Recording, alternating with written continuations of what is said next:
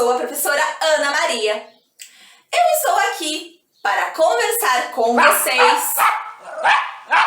Só um pouquinho.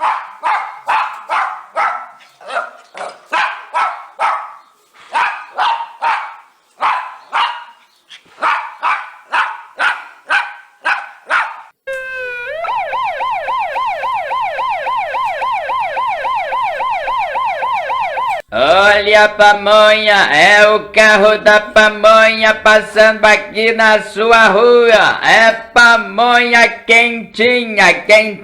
Pronto, agora sim. Quantos sons existem em nosso dia a dia? Às vezes o silêncio é algo raro em algumas regiões. É exatamente sobre os sons que estão ao nosso redor o assunto da nossa aula de hoje. Vamos lá? Pense em um lago calmo. E no que acontecerá com a água da superfície se alguém jogar uma pedra nele? Primeiro, haverá uma grande agitação na água e depois uma série de ondulações se formará.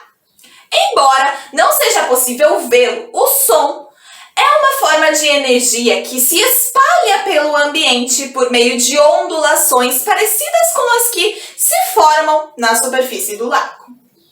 Para o som ser produzido, é necessário que ocorra uma vibração. Observe. O som de um violão é produzido pela vibração de suas cordas. A energia desta vibração se propaga pelo ar em todas as direções até chegar às nossas orelhas.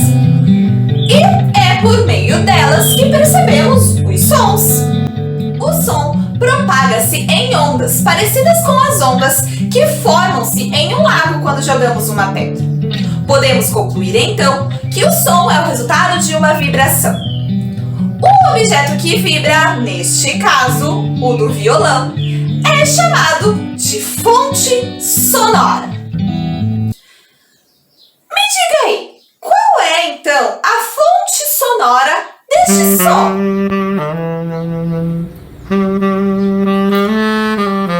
A fonte sonora deste som é um saxofone. E agora a fonte sonora deste som é um cachorro. É ele que está produzindo o som. Então ele é a fonte sonora. Quando as cordas do violão que vimos anteriormente vibram, as partículas do ar também vibram. E este movimento dá origem a ondas sonoras. O som pode se propagar em diferentes meios.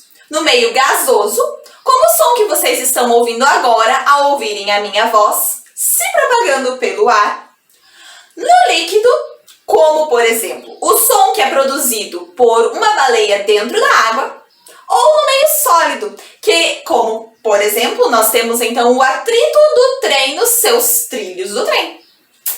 Porém, é no meio gasoso que temos mais facilidade para percebermos os sons. Em nosso corpo, os sons da fala são produzidos pelas pregas vocais, que são estruturas situadas na garganta, onde situa-se um órgão chamado de laringe. Quando o ar passa pelas pregas vocais, elas vibram, produzindo som. A boca, o nariz e a língua ajudam a modular o som e a dar a ele as características típicas de nossa fala. Quando alguém que mora junto com você grita o seu nome lá de longe, você pode não estar vendo a pessoa, mas você sabe quem está chamando o seu nome, não é mesmo? Isso acontece porque cada som possui características específicas que as diferem de um som para o outro. Uma dessas, então, características que faz com que nós possamos discernir qual é o som que estamos ouvindo, mesmo sem ver quem está produzindo, é o timbre. Ele é quem dá a identidade dos sons e faz com que eles sejam diferentes entre si. Para caracterizar o som, além do seu timbre, é preciso analisar também o tom, ou seja, a altura deste som, e a intensidade, que é o mesmo que o volume dele. O tom, então, é a característica do som que nos permite classificá-lo considerando a sua altura.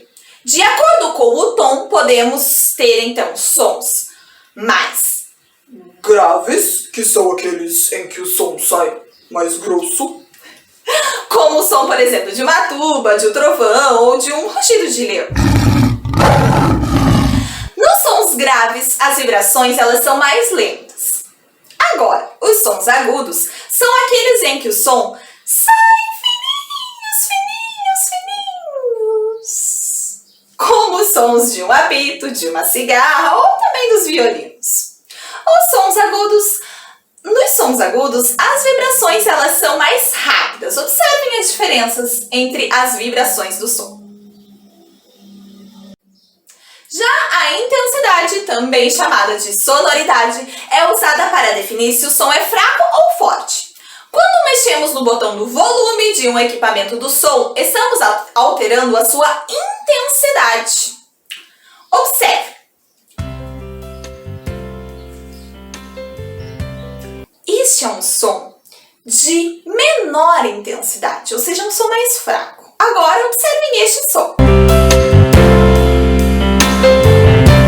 Este é um som com maior intensidade, ou seja, mais forte. Então, o volume é o mesmo que a intensidade do som. As ondas sonoras também podem ser refletidas como a luz em um espelho. Imagine que você está em um salão grande e dá um grito ou fala algo. Olá! Tem alguém aí? Dependendo do tamanho do salão, depois de um tempo você será capaz de ouvir o som do seu grito novamente. Demora um tempo para que o som chegue até a parede e volte até as suas orelhas. Quando este tempo é suficiente para distinguirmos entre esses dois sons, temos então o eco.